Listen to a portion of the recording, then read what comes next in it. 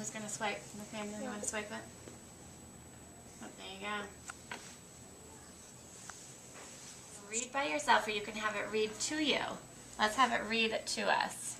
We have a school-wide character ed program, which I developed 3 years ago when I started as principal. This is my 3rd year. And what I do, along with the art teacher and the reading specialist and the librarian, is we come up with character traits that are traits that we want students to learn and understand for the rest of their life. Character traits like being friendly, being patient, having courage, being thankful, being giving. And we choose one character trait per month. Then we choose a book to go along with it, a book that the characters in that book show how to portray that character trait. So like for the month of September, our character trait was friendly, because we think it's so important at the beginning of every school year that they really understand what it is to be a good friend and get to know new people and new students and new teachers and be friendly so that they can all get along.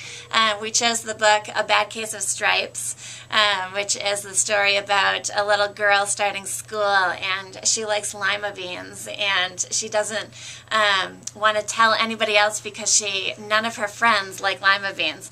And so it's this story of her journey keeping this inside herself and not being true to herself, and really pushing away friends because she thinks that she's different, and in the end, the truth comes out and her friends still want to be friends with her even though she likes lima beans. So our guidance counselor goes into the classrooms and talks about what it means to be patient, and oh, that's great. And our art teacher looks at the illustrations in the book and teaches the students, talks to the students about what the illustrator was thinking when he drew the pictures to the book, and has them, draw the same way as that illustrator. And it's a way to connect students in the building and our staff in the building if we know that we have a common theme, and we do it with common literature and great literature, and we do writing activities, based on that. Our, writing prompt this month might be something to do with, being patient. And was there a time when you had to be patient and it was hard for you to be patient, waiting in a line at Disney World or, at Storyland and things like that.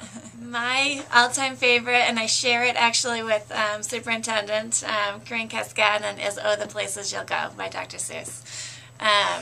We use it at the end of every year, and I do a digital storytelling for our kids that are moving on to the upper elementary. So I find from our school photographer, I get their pictures, and I actually digitally put their picture over all of the little characters' heads in the story. So the book is, almost about that.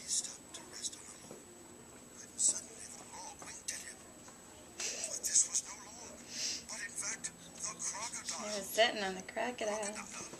It's such an important skill that they are going to need for the rest of their life, and it's an important skill that they are going to need to be successful in their life. So if we can give them and teach them the gift of reading and writing, then they can only be successful in life. And we teach them that, even the custodian needs to be able to read the directions on how to fix something, and the cooks need to read, out of the cookbook in order to read recipes of what they're going to make for the day. So in order for them to be successful in life, we try and teach the importance of reading and writing, and we try and teach it as a joy, that they see us enjoying reading and enjoying writing, and that it almost fills a gap of, or takes you to a different place. If you can find a book that, takes you on a journey or a different place, it sometimes is an escape to, what's going on in your life right now. And sometimes they need that as well as us.